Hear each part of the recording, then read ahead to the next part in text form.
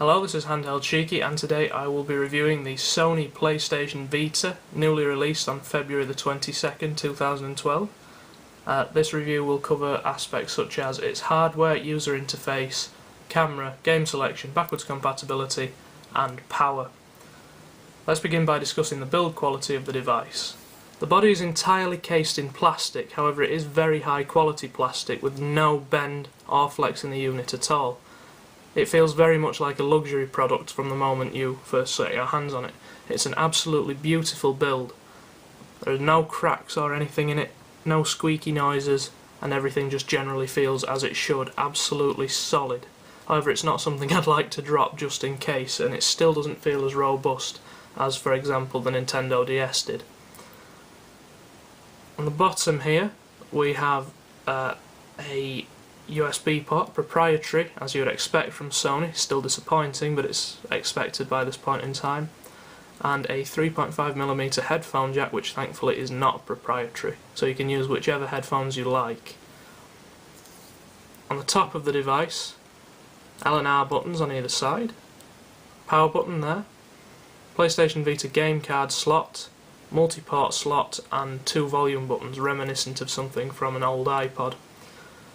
The PlayStation Vita game card and multi-port slots are extremely difficult to prise open. There is only a very small gap with which to open them in, so you will need fingernails if you're going to own this device, or else a small screwdriver will be necessary.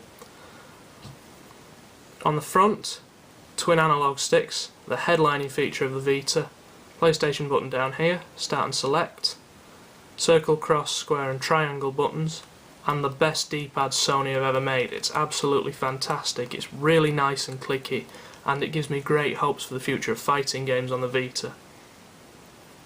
On the rear, you have this extremely strange rear trackpad, which is entirely touch sensitive and is the same size as the screen on the front.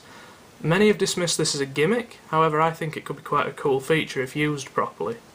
And on either side you have two rubberized grips, which stop you from accidentally using the touchpad when you don't want to. On the top there you also have a camera. Right, let's have a look at the user interface of the Vita. You can turn it on with either the PlayStation button down there or the power button on top, and to unlock, simply swipe across like that. This is the live area user interface, much touted by Sony. It's very customizable. You can arrange apps basically however you like. Like for example, on the top I have everyday stuff like Twitter, music application, group messaging, friends list, etc. Then I have PlayStation Vita games. Even if they're not in or installed to the machine, you can still have their icons displaying. Then we have useless crap, stuff that I'm not going to use very often at all, and then finally on the bottom, PlayStation portable games. As you can see there, that has a custom background. You can change backgrounds for every home screen individually, and you can also move icons around however you like. For example, just moving the settings thing around there, and if I want to change the background I merely press that. Press that. Let's have Ridge Racer background for this.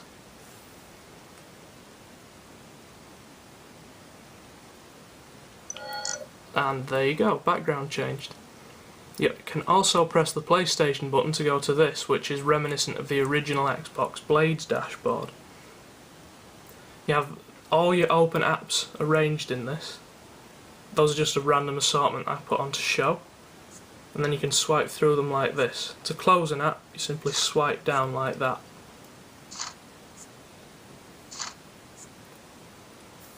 Overall I'm quite happy with the user interface, however I do think there are a few things that could be improved. It feels quite disjointed, for example. There's no reason the music and video apps couldn't be one single media app, or the friends group messaging and party apps, all combined into one social application. Overall though it's quite nice. Right, let's have a look at the camera of the Vita.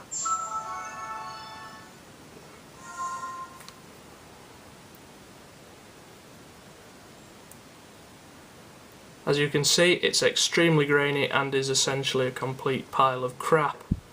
It's really not very good at all. I'll upload some pictures individually later and post links to them in the video description so you can see some specific examples of the PlayStation Vita's camera quality. Needless to say, it isn't brilliant. You can change the aspect ratio here. However, there are very limited options for this camera, and even the landscape option, the widescreen option rather, is simply a zoomed in 4:3 aspect ratio, which only makes the picture quality even worse. It's absolutely awful and you probably shouldn't ever use it. However, it does record at 120 frames per second, which means that it's probably going to be good for AR games should Sony decide to ever capitalise on that. Right, let's have a look at backwards compatibility at this point. I'm going to try two games here. Soul Calibur Broken Destiny, widely regarded as one of the best looking PSP games, and Crystal Defenders, which is a 2D game which was originally a part of a mobile phone game.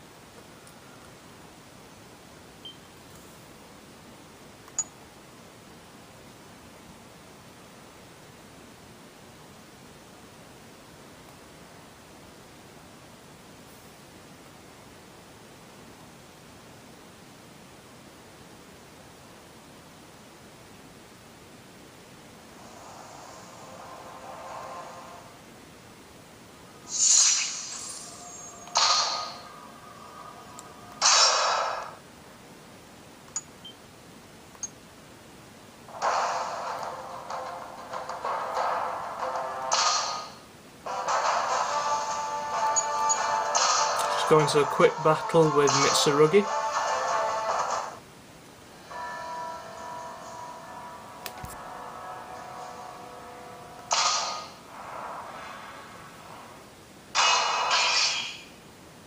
Every battle is connected to the two opposing swords.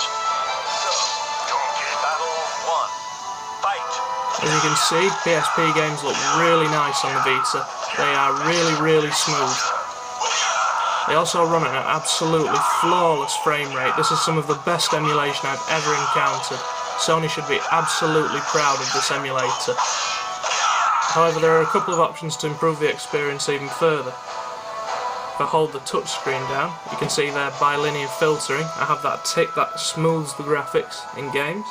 You can set the right stick to be anything you like it to be. It's useless in Soul Calibur, obviously, but if I was playing, for example, Monster Hunter, I could set the right stick to take the place of the D-pad so I wouldn't have to go in an awkward claw position. I'd have proper twin stick controls on PSP games, which would be absolutely excellent. You can set the camera to be either front facing or rear facing for the few PSP games that supported it, and you can also set the colour space option to put the added contrast into the few PSP 3000 games that supported that.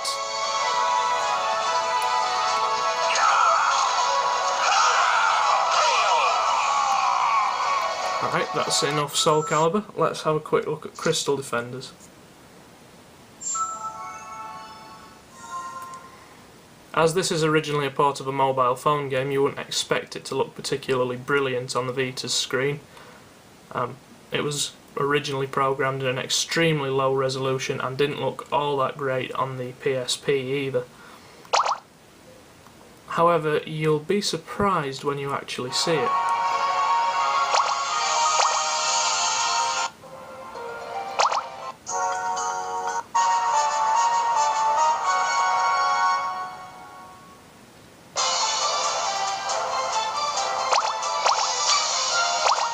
Essentially, Crystal Defenders looks no different to how it did on the PSP. It looks exactly the same, which is quite surprising considering the extremely low res.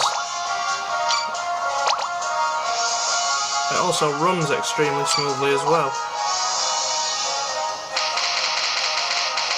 You can see there. Absolutely no problems with this at all. It's really quite excellent. Right, now I'm going to show off the absolute world-decimating power of the Vita with a game that everyone wants to play, Uncharted Golden Abyss.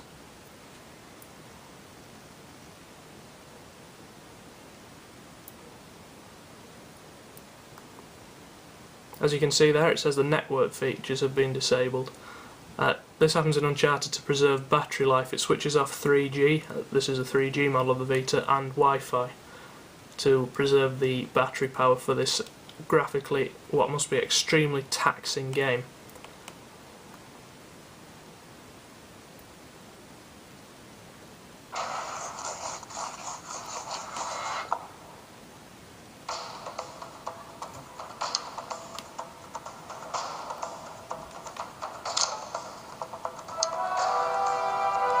This is only in Chapter 1, so the spoilers are only about 5 minutes in. You're not really missing very much.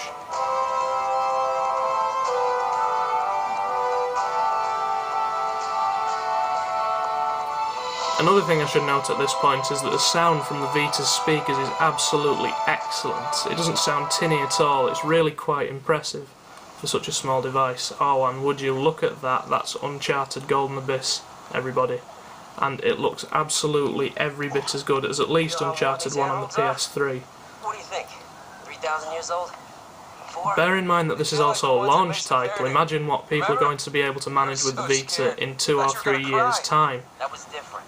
It was dark, twice It gives extremely high hopes for the future of this machine graphically. It's absolutely stunning. Careful. It's a long way down. Hey, I was the one who taught you how to do this, remember? Yeah, sure. Whatever you say. Of course, the controls of the Vita also allow for a game like this to be as excellent as it is. See here, twin stick shooting controls. They don't feel quite as accurate as the sticks do on the PS3, however they still feel very good and very smooth for shooting. And the face buttons have an excellent click to them. They are quite small, however it's something you get used to quite quickly. The only thing that does take some getting used to really is the rear touchpad. There isn't really an adequate demonstration of it in Uncharted, but yeah, it takes some getting used to when you use it in something like Shinobi Do 2. Alright, see our squad little friends here? Look at those graphics, they're absolutely stunning. I can't get over how stunning they are. But such graphics require power, and this is a weak point of the PlayStation Vita. The battery life, let's face it, isn't great. It ranges anywhere between about 4 and 5 hours. However, in defence of the Vita's battery life, how many times are you actually going to use it for 4 or 5 hours in a row? The only time I can really think that that's going to happen is if you're on an aeroplane or other long journey. So it's not going to be a big crutch on your day-to-day life, and it's absolutely worth it for the gaming experience you get in those 4 to 5 hours of life. The PlayStation Vita is absolutely beautiful hardware-wise. I mean, look at the screen, that's absolutely stunning, and its power complements gameplay absolutely brilliantly. This machine can accomplish things that no other handheld has ever been able to do. The 3DS can't do the things the PlayStation Vita can graphically. It uses console lighting techniques, texture streaming techniques, and alpha blending techniques. It's absolutely stunning in terms of its power and what it can do. So, in my opinion, those 4 to 5 hours are short but sweet, and very much definitely worth it. Besides, Sony are going to release an extended battery later, which plugs in via the USB port on the bottom. It's not an ideal situation, but it does give you an extra 3 hours of battery life, and I think it's quite reasonably priced as well. They've only announced the Japanese pricing, but it translates to about £20 or about $30 as I remember. So it's really not bad at all. And the game selection for the Vita at the moment is quite excellent. As you can see there, I currently have 7 games, and I'm planning on getting another 2 more in the next couple of months. They're all brilliant games as well. Dynasty Warriors in particular is quite impressive because it actually looks better and runs smoother than its PS3 counterpart. The other games are all quite good. The only one that's somewhat of a disappointment is Ridge Racer because of its limited amount of content, but that's Namco Bandai's fault, not the Sony PlayStation Vita's fault.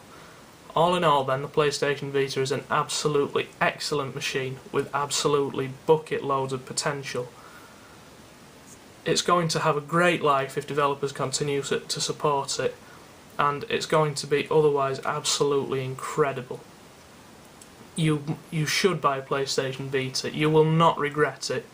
If you haven't played one yet, go find somewhere where you can play one. As soon as you pick one up, you'll fall absolutely in love with it.